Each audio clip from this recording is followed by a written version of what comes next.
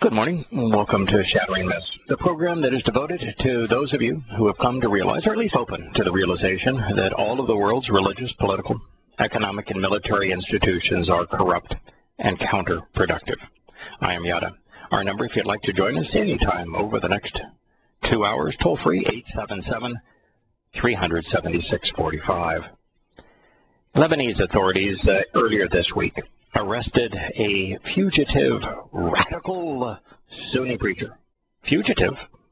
Guess that means that he was evading the law.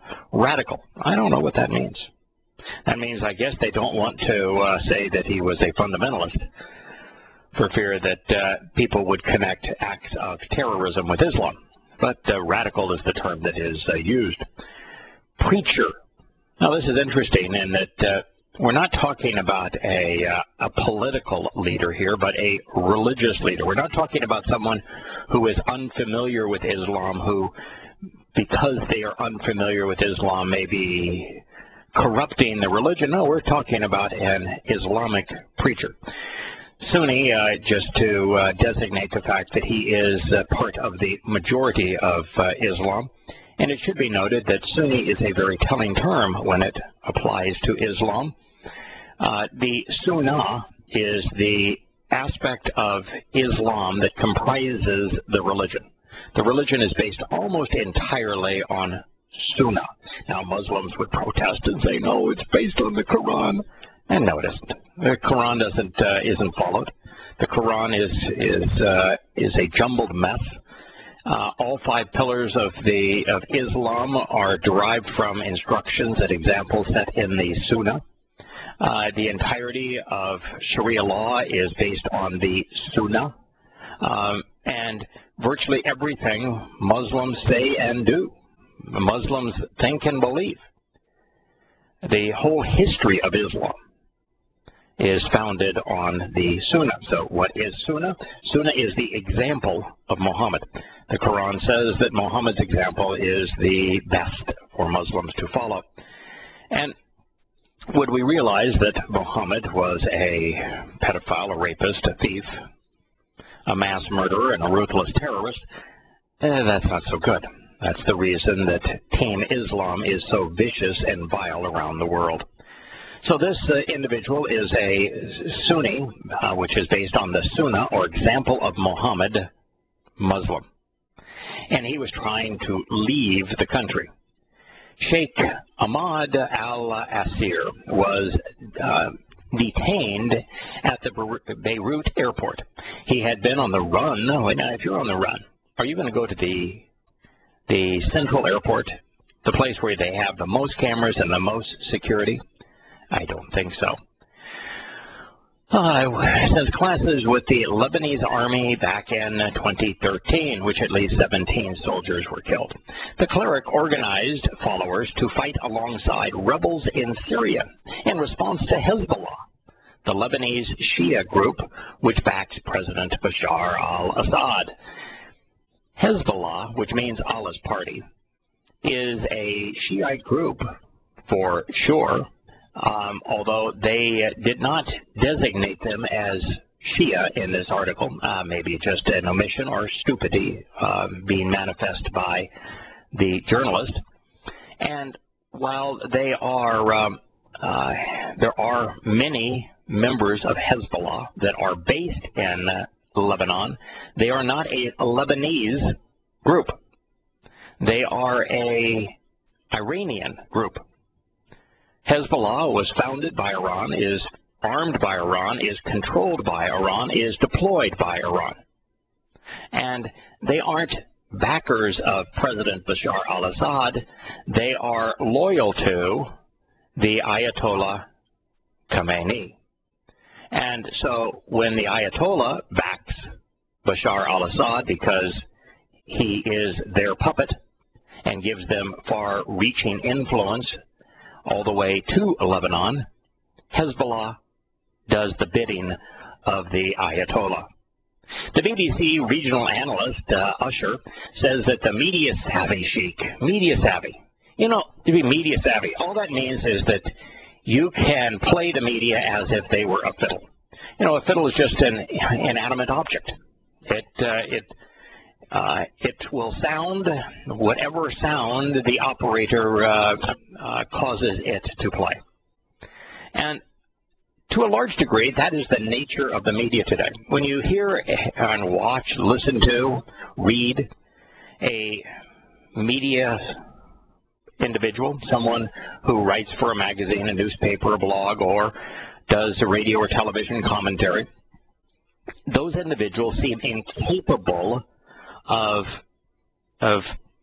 actually influencing the outcome of the discussion in any kind of a knowledgeable way. When somebody says something that is not true, they seem incapable of being able to confront them and say, no, that's not true, or that's inconsistent, or why don't you try to prove that, demonstrate that with some evidence that's inconsistent with history or the facts.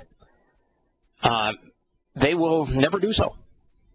And so they're just simply played. So if you have a position, you can, and so long as your position is considered acceptable according to political correctness, which means you can advance the lies of Islam or any lies that are endorsed by socialist secular humanism, play the media as if you're playing a fiddle. It's not hard. You don't have to be media savvy. You just have to be aware that most of those operating in today's media have had to be so loyal, so indoctrinated by political correctness that they've lost the ability to be judgmental. They've lost the ability to think rational. They've lost the ability to be moral. They've lost the ability to be discerning, so they can be played like an inanimate object. The cleric, according to this article, has been one of the fiercest voices, most violent, most jihadist, stoking up sectarian tensions as the Syrian war has raged next door, the sectarian tensions. Let's be clear. Sunnis and Shias have been at each other's throats for 1,300 years. No one is stoking the tensions. They will continue to view each other as apostates, worthy of death. They will both apply the Quran's definition of apostate to the other, and they will continue to be at war with each other. No one is stoking the sectarian tensions.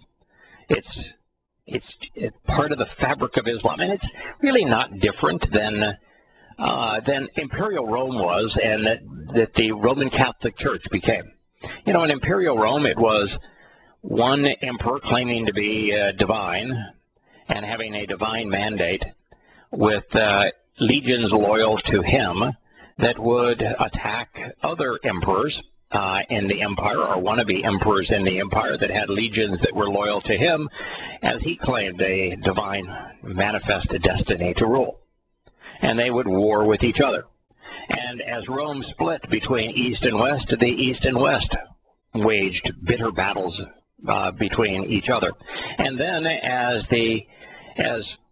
Rome itself began, the city of Rome began to erode and decay, and Constantinople began to rise in power, during the time past circa 400 CE, when Theodosius had established Christianity as not only the official religion of his political empire, but also the only allowable religion for his empire.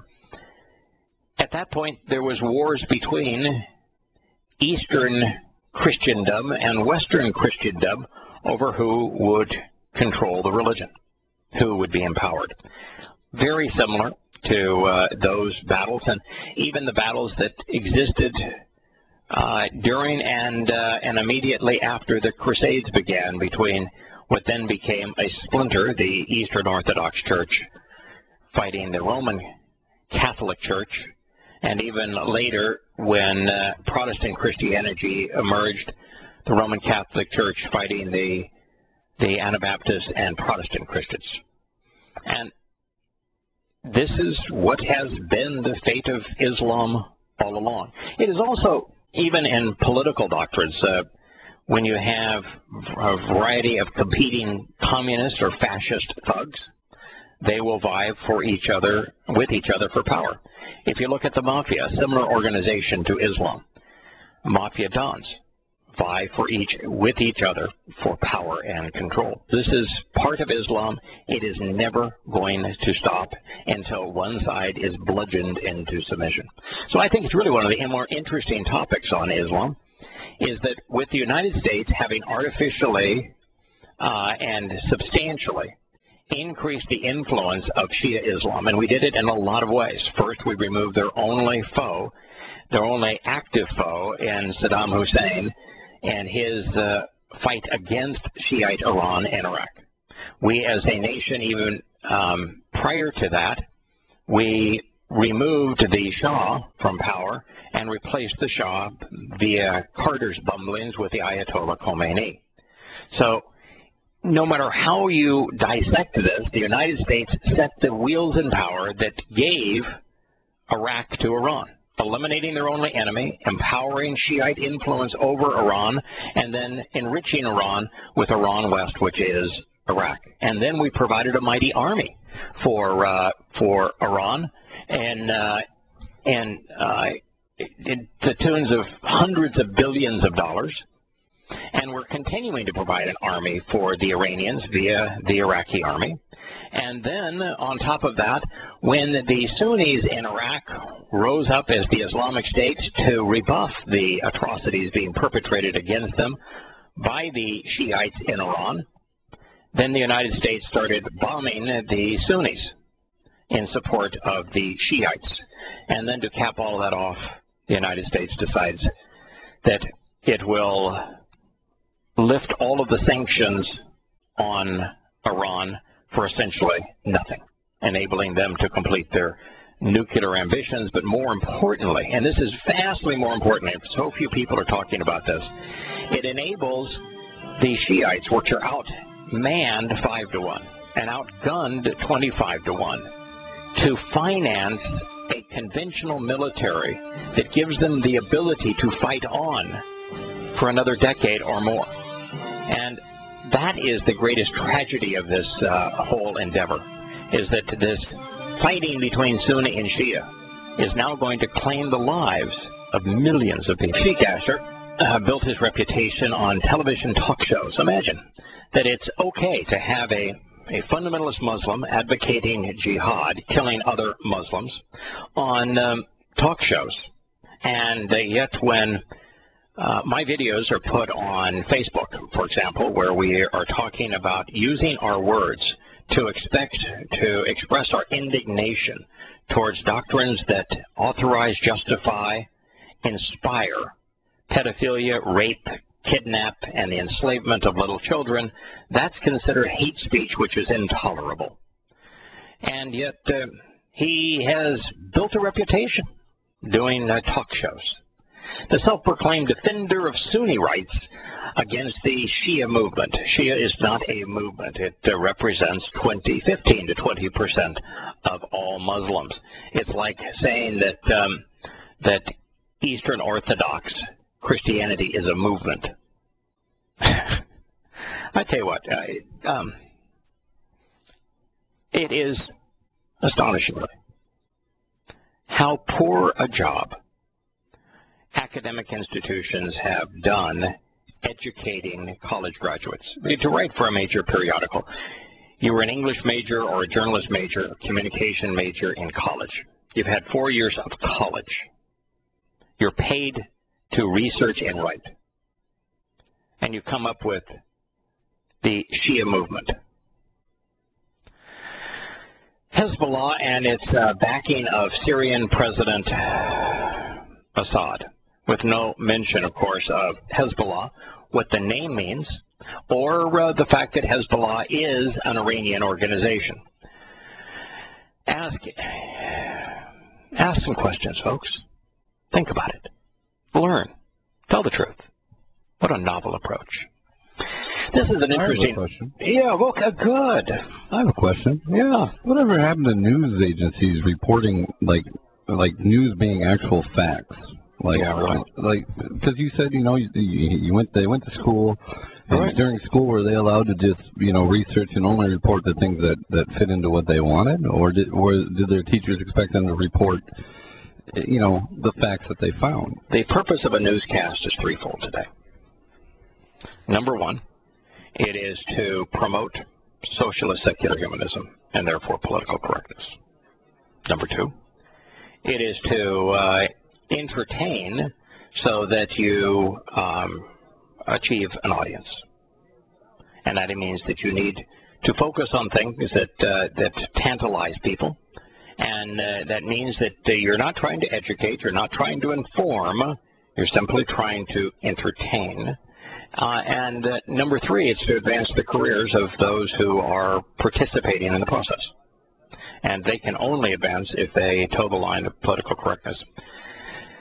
It's reached a point now where socialist secular humanism and political correctness requires the individual to ignore the facts and to misrepresent the facts to promote an agenda.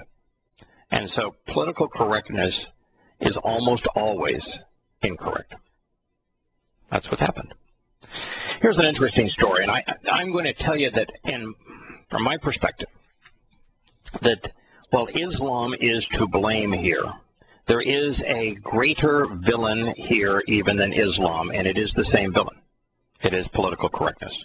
It is the British academic institutions that are indoctrinating people, the young students, in political correctness, which precludes them thinking judgmentally. It precludes them forming rational conclusions. It precludes them being moral and discerning. So they're capable of making absolutely moronic decisions based upon absolute rubbish. So let me tell you the story.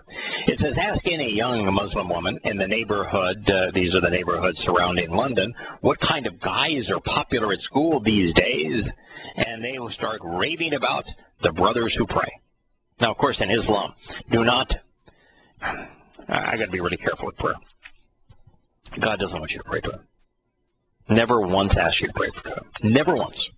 And he's got a whole Torah that is 5 books filled with instructions. He has countless prophets that tell you every aspect of life, past, present, and future, and never once asked you to pray to him. Well, never. What does you praying to him do for him? Nothing. It does nothing. Nothing. What does it do for you? Nothing. Nothing. Absolutely nothing. Now, don't get me wrong. It's nothing wrong with talking to God. Don't pray to him. Don't tell God what you want. Don't tell God what you think you need. Don't ask God to do you favors. But again, that does something for him. And don't even speak to God unless you have first listened to him. And how would you listen to him, Scott? The Torah. Follow the Torah. Recite his Torah, right? Recite his Torah. Listen to what he has to say first. He's smarter than you are. So when it comes to prayer, and it's important first to know that Yahweh never asks us to pray to him. And the reason he doesn't is that the things he asks us to do are in our interest and ultimately in his interest. And since he is unfathomably smarter than we are, since he knows vastly better what is in our interests than we do, since his fatherly advice is a trillion times superior to my advice to my sons, and I really did work hard to provide quality, thoughtful advice to my sons, where I provided, background and experiences and evidence and reason and examples of where I tried other things and they failed, and tried certain things and they succeeded, and then put it in the context of other people who had succeeded and failed, and lots of background. And, I've had a lot of experiences in my life, and I really worked at it with my sons to provide quality advice. Yahweh's advice to his children is infinitely superior to that. So there's 2 things, Scott, that probably 1,000 times over his Torah instructions, Yahweh encourages us to do. We know that he never asks us to pray to him, ever. But what are the 2 things that he does ask us to do? Well, he asks you to follow the Torah and Psalms. And well, actually not follow, but how about there's 2 words. He wants you to engage in the covenant. The 2 words are Shama and shamar. They're related Hebrew terms. Shama means to listen, and shamar means to observe. To observe is to closely examine and carefully consider. So what he's asking you to do is use your eyes and your ears. Yep. Okay. Eyes and ears. So if you're using your eyes, you're reading his Torah. If you use your ears, you're listening to the recital of Yahowah's Torah instructions. And so what God says, if you'll take the time to prioritize what I have to say, you'll come to know who I am. You'll come to know that I exist. You'll come to either decide you want to have a relationship with me or not. Your choice. I'm not going to change. I'm not trying to blow smoke here. This is who I am. If you take the time to get to know me and you happen to like me, if you're interested in what I have to offer, at least you'll know what those things are. And, they're fairly important. If you listen to what I have to say and you pay attention to what I have revealed by observing it, reading it, and examining it, considering it. So those are the two things he wants us to do. And then once we do that, then you're right. He wants us to engage. He wants us to respond. It's like a father. I didn't want my children to tell me, take a silly game. It wasn't appropriate for my sons to tell me how to play golf. Not initially. I was a scratch golfer. I could tell my sons the fundamentals of the grip, the stance, the swing, and the strategy of the game. And so when we began with their first clubs to play golf, there was a certain protocol. There's an etiquette that's associated with the game. And then there are rules of the game, and then there's techniques and strategies used in the game. It was appropriate for them to listen to and watch, observe what I had to say. And then the thing I wanted them to do was to engage and to respond. And after a while now, my sons are pretty good golfers. They give dad tips. We exchange ideas now, and we've moved from one aspect to a steady conversation. One of the people that I've grown to like the most is the gentleman that has the blessyahowah.com website, where all of these shows are presented in their entirety, and they are categorized. So if you just want to listen to a particular topic, you can do it. And he was like so many that I've come to know, and I don't want to say that Richard is like a lot of other people. Richard's a very unique individual. That's what one of the things that makes him special. But he was like so many that having gone through tough times, as we all have, he particularly loved the closeness that he felt to our Heavenly Father, to Yahowah, through rather constant communication. And when I pointed out that God never once asked us to pray to him, and that we're a lot better off listening to him, that I don't pray to him. I listen to him, I observe what he has to say, and then I respond. And sometimes with thrilled enthusiasm. His first response was, don't take that away from me. And it was kind of almost angry at me. And I understood where he was coming from. But, I think that as Richard has grown in the relationship with Yahowah, he may talk to Yahowah as much as he ever did, but the fact is now that it is definitely and unequivocally a conversation. And that's the enjoyment that God gets out of it. Once we come to know who he is, we engage, and we can engage exactly like Abraham did. A lot of give and take, like Moshe did. Lots of give and take. Like Dode did. Lots of give and take. That's the way that he would like us to engage. Anyway, the Islamic prayer, by contrast, is memorization, rote memorization. And Yahowah says, don't ever do that. Even Yosha said, these rote, memorized, thoughtless prayers are just repulsive. And even public prayers, which are almost all Muslim prayers now, are public prayers. They do it to be seen doing it. They just love the brothers to pray. God says that is totally and completely phony. Don't do it. All these Christians that bow their heads and say grace before every meal, the public prayers in their churches. The guy they claim is the founder of their religion, although he's not, because he wasn't the founder of any religion, told them don't do that. But of course, Paul, the false prophet, says, pray without ceasing. So these Muslim girls now are becoming more fundamentalist. They're going for the fundamentalist Muslims who pray. Girls used to want someone who was good looking. Nowadays, Muslim girls want Muslims who are practicing. They want fundamentalists. Zara Kadir, 22, who does de-radicalization work. De-radicalization, that's funny. For the Active Change Foundation, her father's charity in East London, say it's a new thing over the past couple of years. A lot of girls want that. Even some non-practicing girls want that. How do you practice? How do you practice being a Muslim? Let's see if my bowing down is appropriate, if my wearing my tent is appropriate, if my giving up all of my freedom as a woman is appropriate, me being mutilated, having my genitals mutilated by my mother is practicing. How do you practice being devalued and abused in every possible way? The story continues. It says, the rows of housing complexes behind the main street are home to deeply conservative Muslim communities. You know, the liberals love casting religious people as conservatives.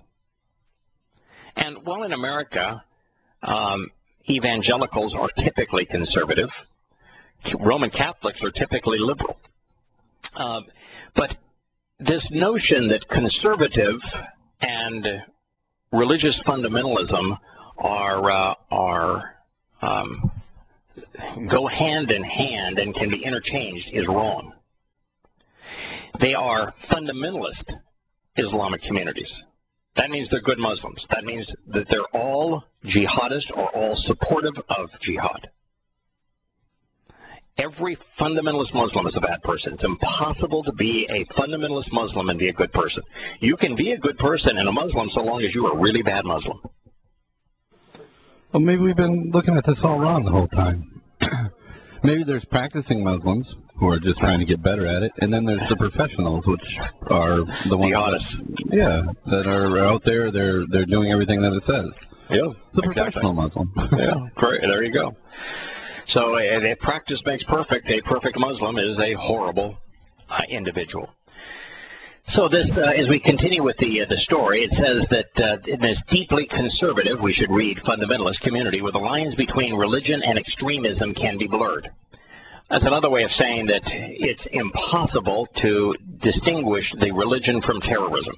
Extremism now, just as conservative is the politically correct term for fundamentalist, which means the perfect expression of the religion, an accurate expression of the religion, a truthful and fundamental expression of the religion. Extremism is the buzzword for terrorism, particularly when that terrorism is performed by a Muslim. It's called extremism as opposed to jihad, which is the appropriate term, or Islamic terrorism. And they say that there are lines between religion, what they really meant was Islam, the lines between Islam and jihad, Islamic terrorism, can be blurred. And can be blurred and lines is, again, politically correct for, I don't want to make this connection. I just want you to think that maybe out there might be a connection if you're really not paying attention. You've got to be really careful. Otherwise, you'll be like those morons who are right-wing wackos who will associate Islam with terrorism. And that's what's being happened here, but I don't want to go down that road, so I'm going to say lines are blurred. No. That's an outright lie. There is no distinction between Islam and terrorism. Islam equals terrorism. Islam was created as a criminal enterprise. Islam has always been engaged in terrorism for the purpose of promoting its criminal enterprise. Muhammad robbed civilians. He abused civilians. He kidnapped civilians. He killed civilians. He enslaved civilians. He took the property of civilians. And so when an armed force robs, abuses, rapes, or in any other way abuses in a very harsh way civilians, as Islam has done for all 1,400 years, that is called terrorism. And so there is no distinction between Islam, Muhammad, Allah, and terrorism. They are hand in hand, and I know that sounds harsh to those of you who haven't taken the time to study Islam, who haven't read the Quran and Hadith, who are only indoctrinated with political correctness and can't even fathom that there is no distinction between the two. But that's the facts. There is no distinction between Islamic terrorism and the Islamic religion. And so there are no lines that are being blurred here. This says after that, including in at least one of these girls' families, in this community, the everyday challenges that the girls face look very different from their male counterparts. And that is because in Islam, a woman has no worth, no value whatsoever. But yet she will seek worth and value in the religion.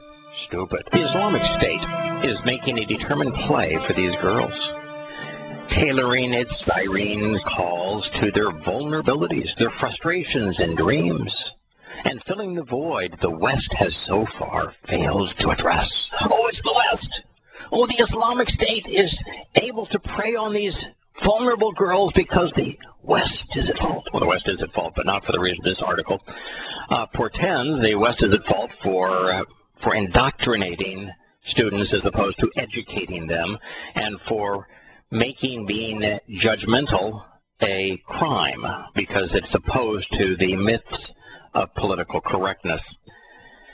They're going to say that, you know, the girls, it's just not enough societal support. No, has nothing to do with that.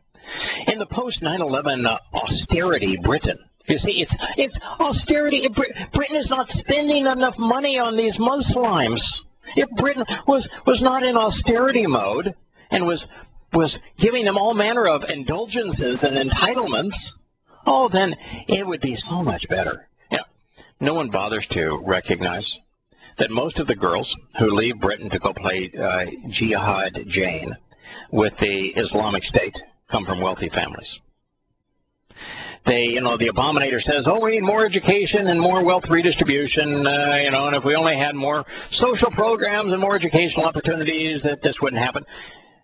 Throughout the world, and it's almost ubiquitous throughout the world, the wealthier the family, the more likely it is that the son or daughter is going to go off and play jihad. The better educated, in reality indoctrinated the child, the more likely they are going to go off and play jihad.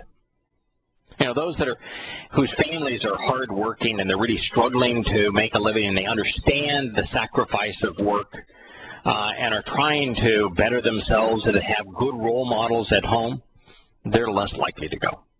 But those who see that there is no promise, there's no hope, there's no joy, there's no love in this depraved religion, they're the most likely to go. So it has nothing to do with a 9/11 austerity Britain, a time when a deep crisis of identity and values has swept across the country. Fitting in can be harder for Muslim girls than for boys, buffeted by a growing hostility towards Islam. Gee, why would people have hostility towards Islam? Let's see. Are Muslims responsible for 99.9% of the terrorist acts perpetrated in the world today? Do people like terrorism? Let's see. Most people dislike terrorism. And then would it be reasonable to assume that, therefore, most people would dislike the impetus for 99.9% of terrorism? Gee, why not? Why didn't the writer of this article make that connection and say, you know, for obvious reasons, there's some people that have most people, for good moral reasons, are adverse to Islam because they're adverse to terrorism, and Islam is perpetrating 99% of the terrorist acts in the world. They're averse to little girls being kidnapped from their homes, to be turned into sex slaves. They're adverse to beheadings.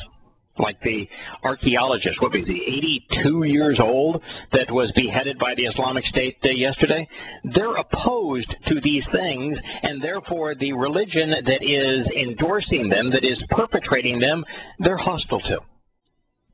But no, we couldn't say that. No, because they want to blame society for being harsh to Muslims, being hostile to Muslims, because it's the individual who is ignorant, who is falsely attributing these bad things to Islam that is to be blamed according to political correctness, as opposed to the very fact that Muslims are responsible for 99% of terrorist acts. So it says that this hostility towards Islam and deep spending cuts that have forced women and young people in working class communities like their own, deep spending cuts. You know, Britain's federal budget hasn't decreased. Britain's not spending less money. Britain made an attempt to ratchet in the acceleration of its budget. And they've probably made a better attempt at it than much better actually, than the United States. But this notion that deep budget cuts, this is stupid. No deep budget cuts. At very best, there has been a deceleration in the rate of acceleration in spending. But to base this on this tendency for British girls and British boys to want to go off and play jihad on not spending enough money on entitlements, it shows that political correctness, socialist secular humanism, goes beyond blinding the individual who is faithful to it. It renders them irrational. We'll be back.